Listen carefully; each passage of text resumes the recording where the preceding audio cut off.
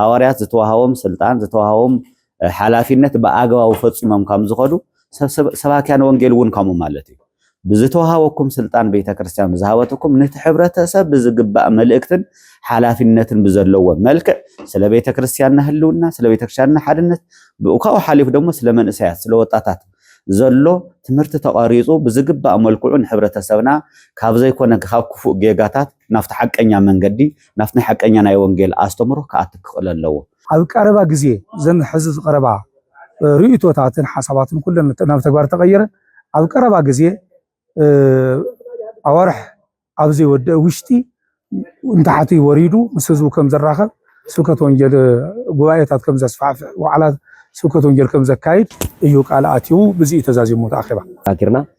ስለዚ ክስርሖ ዝግብኦ መንበረ ሰላም እውን ክሰርሖ ዝግባእ ብቱ ሒዝዎ ዝነበረ ትልሚ ክሳብ ከዚ ክሰርሕ ይኽኣለይ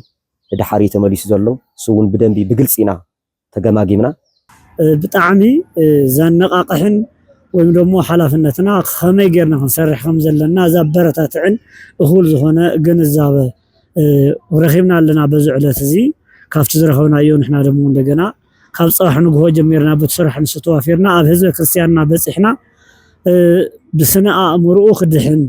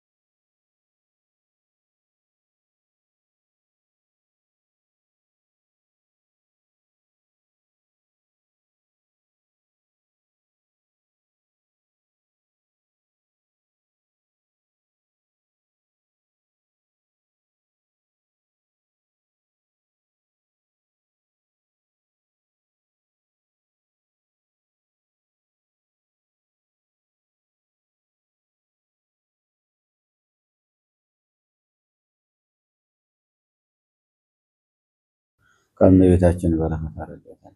ጉባኤና ያተን ሐዋርያትን ተባረከ አምላክ ጉባኤና ይባርከልና ማኸልና መስለ ሀገርና ስለ ቤተክርስቲያን እንዘራረን አምላክና እግዚአብሔር ስም ፈቃድ ይሁንና በሰላም ፈረም እንደናም መስዋዕትን ሁሉ ሰላም መስሁም ሰላም ጉባኤና ፈጽመና ቅዱስ ፈቃድ ይሁንልና ጾሙ ሰላም ጀምርና ይሙም ሰላም ሆነ ፈጽመና አቡነ ዘበሰማያት እንበል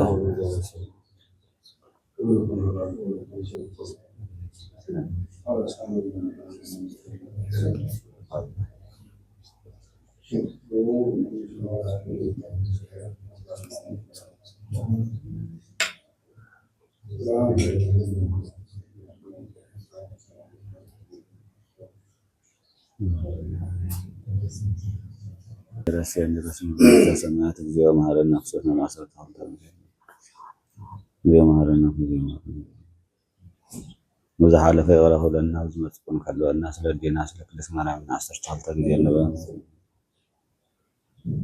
ملاجمات نزار كان سمعت هذا بيت يسوع كريستوس حياتي ورث المساعد قبل ناتنا زهاد دوسا هادو أملاك آمين وصوبنا كاو كله أي كل سكات لازم نصحهم ناي سكات ونقول حلفتي كم دما يا أملاكنا جزابها لا ساعة زيا ساعة زيا سلويت كريستياننا بداي تسفحوا على ما قف زخانة لذا بيت كريستيان عم بحقوق زخانة سكات ونقول يمو نسخاتم ون بتناي منبر سلامة سكات ونقول تعويت أخبركم بساعتكم سلسترخكم الزينة نمسجن قاعد حنوس عنكم نفتو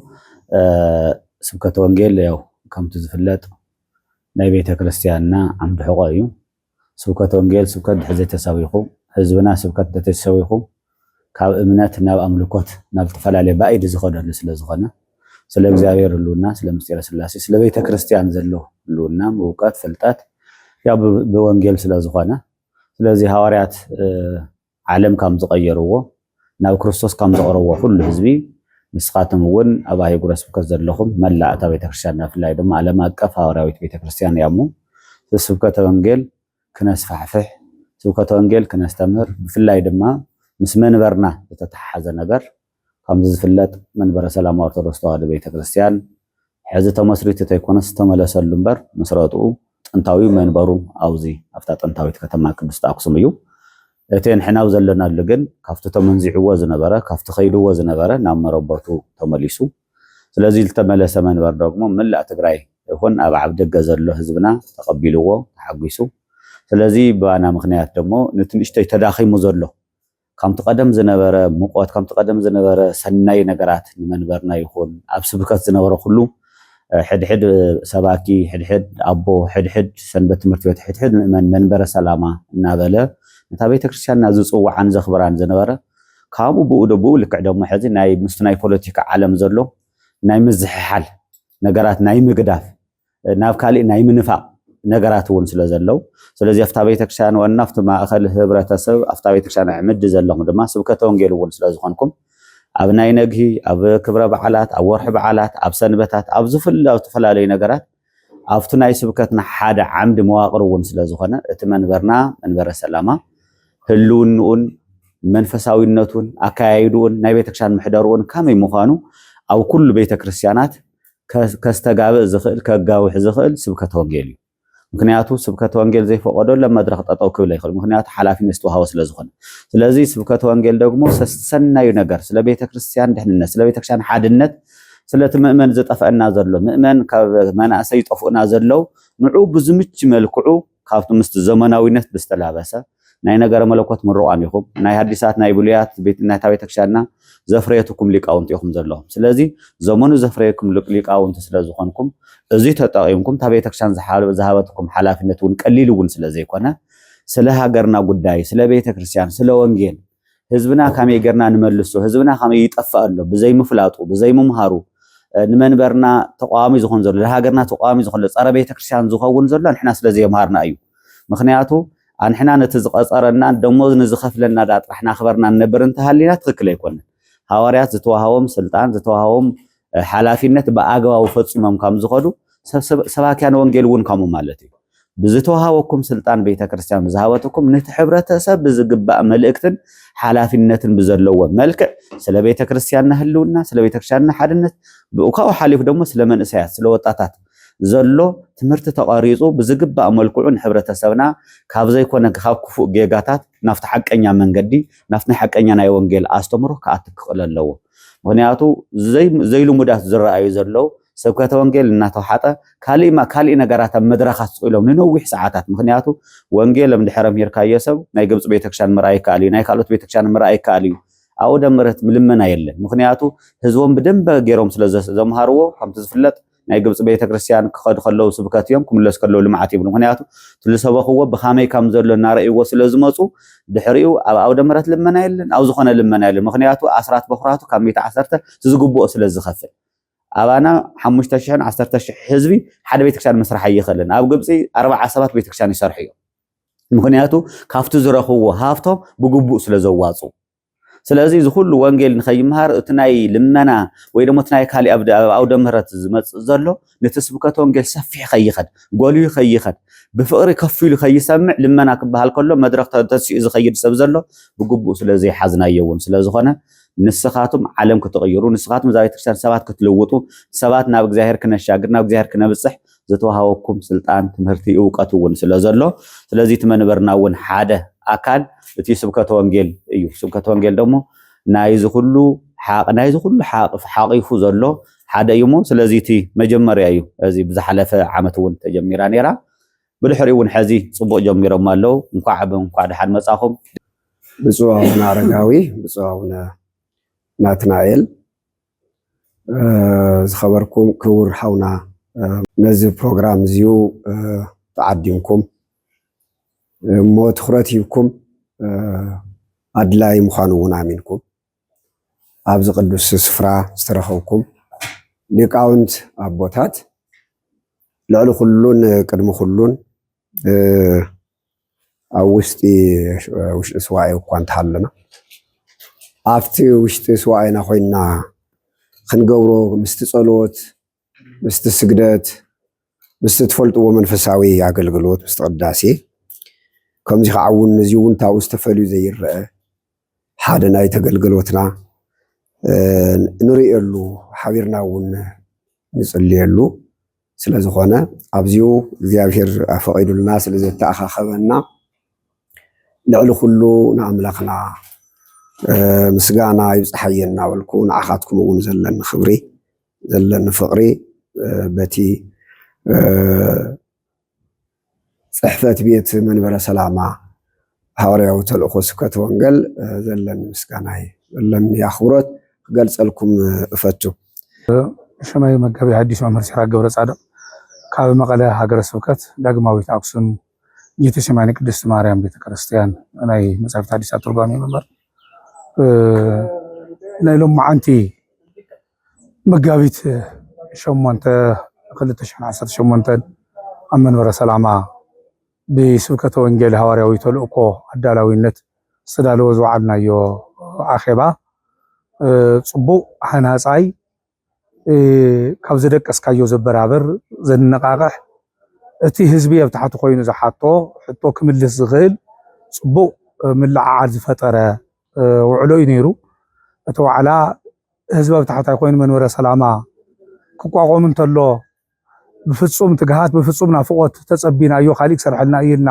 ዝተጸበናዮ መንበር ሲኢናዮ ዘንጊዕና ባይታ ይወረደን ኣብ ኣየር ተንጠልጢሉ ተንሳፊፉ ተሪፉ ዝብል ካብ ጫፍ እስካብ ጫፍ ኩሉ መላእ ትግራይ ዘልዕሎ ሕቶ እዩ። እዚ ድማ ዝነበርዎ ዓንቀፍቀፋት ዓዲ ብኩሉ ስነ ልቦና ተዳልዩ ተረጋጊዑ እንተዘይሰሪሑ ኣብ ሓላፍነት ዝተቐመጠ ሰውና ልቡ ከከናውነ ይኽእልን እሞ በዚ ምኽንያት እዚ ተዓናቂፍና ልብና ንድሕሪት እንዳተጠለፈ ኣይሙሮና ናጽነት ሲኢኑ ዝብል ካፍቲ ዝምልከቶም ሰባት መልሲ ተዋሂቡ እቲ ኣብኡ ዝተኣከበ ከባቢ 6 ኣህጉረ ስብከት ዝመፀ ተሳታፋይ ናይ ስብከተ ወንጌል መምርሒ ሓላፍን ካብ ሰበኻ ናይቶም ሊቃውንቲ ኣብነት መምህራን ሓደ ዝኾኑ ኩሎም ተኣከብቲ ዝሃብዎ ርእይቶ ብሓፈሻ መንበረ ሰላማ ናብ ታሕቲ ናብ ባይታ ክወርድ ህዝቡ ክድህስስ ሃዋርያዊ ተልእኮ ስብከተ ወንጌል ካፋጥን ከስፋሕፍሕ ምስ ህዝቢ ክላለይ ናይ ህዝቢ ስነ ልቡና ክጽግን ከም ዘለዎ ወዓል ሕደር እንተይበለ ቀልጢፉ ክሰርሕ ከም ዝግብኦ እዩ መልእኽቲ ሕሊፉ ጉባኤተኛ ብጣዕሚ ዝገርም ደስ ዝብል ውዕሎ እዩ ነይሩ። መንበረ ሰላማ ስብከተ ወንጌል ሃዋርያዊ ተልእኮ ሓለፍትን ጉባኤ ሊቃውንትን ኩሎም ፈጸምቲ ስራሕ ቃል ዝኣተውዎ እንታይ እዩ ኣብ ቀረባ ግዜ ዘን ሕዚ ዝቀረባ ርእይቶታትን ሓሳባትን ኩለን ናብ ተግባር ተቀየረ ኣብ ቀረባ ግዜ ኣዋርሕ ኣብ ዘይወድእ ውሽጢ እንታሕቲ ወሪዱ ምስ ህዝቡ ከም ዘራኸብ ስብከተ ወንጌል ጉባኤታት ከም ዘስፋሕፍሕ ዋዕላት ስብከተ ወንጌል ከም ዘካይድ እዩ ቃል ኣትዩ ብዚኡ ተዛዚሙ ተኣኺባ ምስዚ ዘሕልፎ መልእኽቲ ኩላትና ብሓድነት ተጸምቢርና ብሓድነት ጸኒዕና እቲ ዘሎ ድኽመትና ከምዚ ኢልና ተናቢብና ተገማጊምና ተኣራሪምና ንቅድሚት ምኽያድ እምበር ብየማን ብጸጋም ዘቆምናዮ ትካል ከፍርስ ዝሃነጽናዮ ገዛ ከፍርስ ንዝጽዕር እዝንና ተዘይንህቦ ናይ ዝኾነ ይኹን ዝምልከቶን ዘይምልከቶን ናይ ቤተክርስቲያን ጸለመ ናይ መንበረ ሰላማ ጸለመ ንዘካይድ ሰብ እዝኑ ክህቦ ኣይግባእን። ኩሉ ሰብ ካብቲ ዝምልከቶ ሰብ መልሲ ይጽበይ ነቲ ዝምልከቶ ሰብ ድማ ይሓትት። ብከምዚ ዓይነት ሓድነትና ጠናኺርና ጽባሕ ንግሆ ክኸውን ዝኽእል እዩ። ዝወደቐ ተሲኡ ዝጎበጠ ቀኒዑ ንሪኦሉ ግዜ ቀረባ ዝኸውን እሞ ብምሕታትን መልሲ ብምሃብን ብምትሕብባርን እምበር ወረ ብምእካብ ምስ ዝነፈሰ ብምንፋስ ክኸውን ከም ዘይግብኦ ሓደራ ክብል ደሊ ኣቐዲምና ኣምላኽና እግዚኣብሔር ብዛዕለት እዚኣ መሳስዓት እዚኣ ስለ ናይ ቤተክርስትያንና ጉዳይ ክንነጋገር ክንዛተይ እግዚኣብሔር ዝዓለት እዚኣ ስለ ዝፈቐደልና ስለ ዝሃበና ክብርን ምስጋናን ኣምልኾን ውዳሴን ለኣምላኽና ለእግዚኣብሔር ይብፅሕዮ። ስመይ መጋቢ ኣይላፍ መምህር ተኣምራት ታደሰ በሃል ካብ መቐለ ሃገረ ስብከት ቤተ ክህነት ናይ ቤት ትምህርቲ ሰንበት ውደባ ክፍሊ ሓላፊ ኮይኑ ዘገልግል ያው ናሎም ዓንቲ መደብ ዝነበረና ወይም ድማ ኣኼባ ዝነበረና ስብከተ ወንጌል ከመጌርና ነጠናኽር ልብል እዩ። ካብ ዝተፈላለየ ኣህጉረ ስብከት ካብ 6 ኣህጉረ ስብከት ዝመፁ ሰባክያን ወንጌል ወይ ድማ መምርሒ ክፍሊ ሓለፍቲ እዮም ነይሮም። ብፁዕ ኣቡነ ሰላማ እውን ንሶም እዮም ኣካቢ ነይሮም። ስለዚ ሎም ዓንቲ ተነጋገርናሉ ዋና መሰረታዊ ኣጀንዳና ስብከተ ወንጌል ከመጌርና ነጠናኽሮ እታ ቤተ ክርስቲያንና ከመጌርና ለቅድሚት ክትስጉም ከም ዝግባኣ ልብል ብስፍሓት ኢና ተነጋጊርና ስለዚ ክስርሖ ክዝግብኦ መንበረ ሰላማ እውን ክሰርሖ ዝግባእ ብቱ ሒዝዎ ዝነበረ ትልሚ ክሳብ ከዚ ክሰርሕ ይኽኣለይ ድሓሪ ተመሊሱ ዘሎ እሱ እውን ብደንቢ ብግልፂ ኢና ተገማጊምና መንበረ ሰላማ ክበሃል ተሎ ዘውዚ ዘሎ ተቋም ማለት እዩ እቲ ብስብከተ ወንጌል ልምራሕ ባዕሎም ልመርሕዎ ብፁዕ ኣቡነ ሰላማ ማለት እዩ ስለዚ ብቱል ወፀት ልምል ምንታይ ኢለ ተመርሕ ኢልና ሓሳብና እውን ገሊፅና መልሲ እውን ትሂቡና ስለዚ ካብ ከዚ ጀሚርና ካብ ምንጋር ሓሊፍና ካብ ምስብሳብ ሓሊፍና ላብ ግብሪ ንእተው ላብ ስራሕ ንእተው ስራሕ ንርእዮ ትህዝብና همتنا قدم خزينة بريت منبر سلامة نريد لنا بميدياتات بالتفلالي ناي منبر سلامة سمك تصوع خلو أينا منبر سلامة سميت تصوع لنا لبل إنا بس إحنا زلنا زي تأيو سللي سرحنا إنا سرحنا سل زيرنا يو إنا إنا من ججر عم تفلالي عم جزير متفاعلنا إنا سلزي كاوزي وس إنا في اللاي نبي تكرسيان عنده حق وسخونة سبكة وانجلي سب لجحنا اللون بسبكة سلل بتمرت سلل خونة بتمرت اللي يغير سب سل زيل سلزي عاوزي منبر سلامة حدا ديبارتمنت سبكة وانجل سلل خونة تتأخيرنا كنسرح خمسة لنا كساب عطيا بيت كريستيان وريدنا كنسرح خمسة لنا خما قالها جرى سبكة وان لا سرحنا مسينا هنا خزون دقاف يدليو تدقاف زين دقنا تتأخير خمسة خد خير خمسة قبعة إنا تحساب قريبنا له تحساب دقنا يوم بصبق ملك يوم جالس أمه كاف تلحس هو بالعليكم تحساب يخم نزل لهم يقني اللي زمدك إلهم يا والقص علىجن لقدميت كنسرح خمسة لنا حسابنا تلواويتنا مالتي بقى أنا تزيد نجبر محور السوق تاعي تزيد تجبر أبزر يا زي سلازي خزي تويلنا يتودي زلوا تعيو بمنور سلامة ممرح كورديو لا حد هاي جرس سوكت كورديو هاي جرس سوكت عندنا هذا بعلو توقع مثل الخونة بالملكة أكل عندنا حليفو سوكت وانجل لسفاف علو خم عطيا خزي يجبري خم قال هاجر سوكت ناجر ثلنا الحد بدأ عطيا بيت كريستيان قرائن جنزين عندنا بمنور سلامة كورتلو لا هاجر سوكت كورتلو كأو قصيل لا وردا كأو قصيل لا عطيا زوجي خزي القرابة معلتي بتدوس استراتيجي بلان اور تلمي وكن ورينا نبل يوم ممرح يوريهم زلو حنا نغلب صبغنا تقبلنا يخالي يقول سحسن زي بدنا كما هاجر سكون لا سرحنا له سلم مسانا خزون تناخرنا لسرح له منقد كنفطر لوريو وينا دبلينا يزلنا معناتي قدمي ملخت محلافيه قزحنت تقصوان ناي سنه تمرتيت حلافو مسانا نيري ممر بلاي او نقرب لا انا غزي بسنه تمرتيت مدرجاي في حلاف سلازقونغو ኣብ ሰንበት ትምህርቲ ቤት ኣትኩረት ክንገብር ከም ዘለና ፍላይ ኣብኡ ትመፍረይ ኣካል መንእሰይ ዘሎ ስለዚ ከም ሞጁል ካሪክለም ተቀሪጹ በሃገረ ስብከት በመንበረ ሰላማ ኮርድ ወጥል ኾነ ትምህርቲ ክወሃብ እዚ እውን ተቀቢሎም ኣለው ካሊ ኣብ ሰንበት ትምህርቲ ቤት ክስራሕ ልግባውን ላሰራሕና መጽኢና ኢና ግን በመንበረ ሰላማ ኮርድ ተሎ እንደገና ዓዊ ስራሕ ከም ዝልጽበየኩም ኢልና ሓሳብ ይውናዮም ሰውን ያው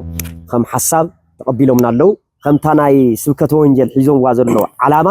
ሰንበት ትምህርቲ ቤት እውን ባዕሉ ዲፓርትመንት ሒዝዎ ከወርድ ከም ዘለዎ ብጽቡቅ ሓሳብ ተቀቢሎሞ ዘለውሞ ኣብ መወዳእታ ከም መሓላልፎ ዝግበአኒ ያው ኩልና ብስብከተ ወንጌል ዘለና ኣመለኻኽታ ለሰፍሐ ክኸውን ይግባእ ካብ ኩልና ማለት ካብ ኩልና ንሓደ ሓደ ይኮነ ዲና ቤተ ክርስቲያንና ስራሕ ስለዝኾነ ማህበረ ካህናት ይኹን ማህበረ ምእመናን ይኹን ሰለስተ ማህበር ነው ቤተ ክርስቲያን ማህበረ ካህናት ማህበረ ምእመናን ቤተ ትምህርቲ ሰንበት ኢና ዘለና እዚ ማህበር እዚ በስመ አብ ወወልድ ወመንፈስ ቅዱስ አሐዱ አምላክ በዚህ ዕለት እዚ ኣብ ርእሰ አድባራት ወገዳማት አክሱም ጽዮን ቤተ ክርስቲያን ኣብ መንበረ ሰላማ ላዕለዋይ ኦርቶዶክስ ተዋሕዶ ቤተ ክርስቲያን ትግራይ ቦታ ተረኺብና ብብፁዕ አቡነ ሰላማ ናይ ኦርቶዶክስ ተዋሕዶ ቤተ ክርስቲያን ትግራይ ስብከተ ወንጌል መምርሕያ ላዕለዋይ ሓላፊ ኣብ ትግራይ ኦርቶዶክስ ተዋሕዶ ቤተ ክርስቲያን ትግራይ ንዘለዉ ናይ ስብከተ ወንጌል መምርሕያ ሓለፍቲ ካብ 6 ሃገረ ስብከትን ከምኡውን ካብ ምዕራብ ትግራይ ሃገረ ስብከት ሓዊሱ ማለት እዩ ንዝተረኸቡ መምሃራን ብዛዕባ ጽባሕን ሕዝን ቤተ ክርስቲያንና ልዝብ ምንቕቓሕን ምጥንኻርን ስብከተ ወንጌል ብዝብል ርእሲ ዝተዋሃበ ስልጠና ንሓደ መዓልቲ ኮይኑ ካብቲ ናይቲ ስልጠና ዋና ዓላማ ወይ ናይቲ ስልጠና ዋና ዓላማ ቤተ ክርስቲያንና ካብ መንበረ ሰላማ ኦርቶዶክስ ተዋሕዶ ቤተ ክርስቲያን ትግራይ ጀሚሩ እስካዕ ሰበካ ጉባኤ ሻዓ ኣጥቢያ ቤተ ክርስቲያን ሰበካ ጉባኤ ዘሎ ኣብ ስብከተ ወንጌል ዙርያ ከመይ ትኸይድ ጸኒሓ حزخ خمي تخيد الله صراحة نقول خمي انت خيدا يا كتقصل تخيل بزبل سفح زبلة حساب من نقاقح عبي تمهرتن توهيونا نحناون كافتي علامة خمس تردأنا يو زنبرنا دخمتن زنبرنا تنكارن جمجمنا تنكارنا هنقصرلو تدخمت دمو أوجينا زعوا صباح نقول بيت كريستياننا خافت زنبر حشاخ تغيد بحلف أفز زمن زي ناي حزب تግራይ مكرا بوزح من قدي بتمية له بوليتيكاو صعنت له زياتهم كلهم تحابيرهم تيوانا نايزي ناي ود سبا امرو زحكمن ناي ود سبا امرو زادحنن ناي قالو ቅዱስ ቃሉ ናይ እግዚአብሔር አምላኽና ስለዝኾነ ስለዚህ ቤተክርስቲያን ደሞ ነዛ ዓላማ እዚ ኩሉ ሻዕ ሒዛ ምእመናና አኪባ ናይ ምእመናና አእምሮ በቅዱስ ቃሉ ክትሕክም ሓላፍነት ስለዘለዋ ነዛ ሓላፍነት እዚ ቤተክርስቲያን አፍልጦ ዝሃበቶም ወይ ደሞ በስራሕ እዚ ዝመደበቶም ናይ ወንጀል መምሃራን ደሞ ሓላፍነቶም በአገባብ ክዋጽኦም ዘለዎም ብጣዕሚ ዘነቃቅሕን ወይም ደሞ ሓላፍነትና ከመይ ጌርና ክንሰርሕ ከም ዘለና ዛበረታትዕን እኹል ዝኾነ ግንዛበ ረኺብና ኣለና በዚ ዕለት እዚ ካብቲ ዝረኸብናዮ ንሕና ደሞ እንደገና ካብ ፀባሕ ንግሆ ጀሚርና ብትስራሕ ንስተዋፊርና ኣብ ህዝበ ክርስቲያንና በፂሕና ብስነ አእምሮኡ ክድሕን ናብ እግዚአብሔር አምላኹ ቃል ናይ እግዚአብሔር አምላኽ ቃል ሰሚዑ ናይ እግዚአብሔር አምላኽ ቃል ተቀቢሉ እንተነአሰ ካብቲ ፖለቲካዊ ጽዕንቶ ካፍቲ ናይ ኢኮኖሚ ጽዕንቶ እኳ ክናናግፎ ወይም ክናድሕኖ እንተዘይከኣልና ነገር ግን በእግዚአብሔር አምላኽ بقالو عرفت خركب تستوهبنا حلافنت كل جزية بيت كريستياننا محدرة استغاغيلا توانا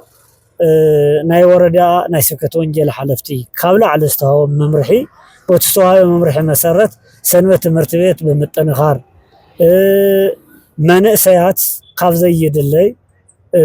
صناعة أمرؤهم زقودن إيكونوميهم زقودن ناي صباح حيوتهم قفزة بلاشون حما زخونه هيوت وصيوم وجهون مشيتنا بيت كريستيان كما يخركب اللهم سبقت وانجيل نزوم من اسيات بهم يوم حزوهم زلوا نهصاناتس بهم يا بيت كريستيان حبيبا تعاويهم زلوا زبل كاب شماغلتات كاب አረጋውያን ጀሚሩ እስከ ህፃናት بسبقت وانجيل زوريا بيت كريستياننا كما غيرا خطرد خم زلوا سفح زبل استمروا توهيونا نحنا وبو نسرح بتي እግዚአብሔር ዛሃበን ሓላፍነትን بتي منبر سلاماون تحت እግዚአብሔር ዛሃበን ሓላፍነትን ተቀበልና ክንሰርሕ ፈቃደኛታት ኮይና ክንሰርሕ ከም ዘለና እውን ድልዋት ኮይና ቃልና ሂብና ወፂናልና በዚ ዕለት እዚ እንዝነበረና ግዜ እግዚአብሔር አምላኽና ስሙ ዝተመስገነ ይሁን ስብሐት ለእግዚአብሔር ወለወላዲቱ ድንግል ወለመስቀሉ ክቡር ምስጋና ይሁን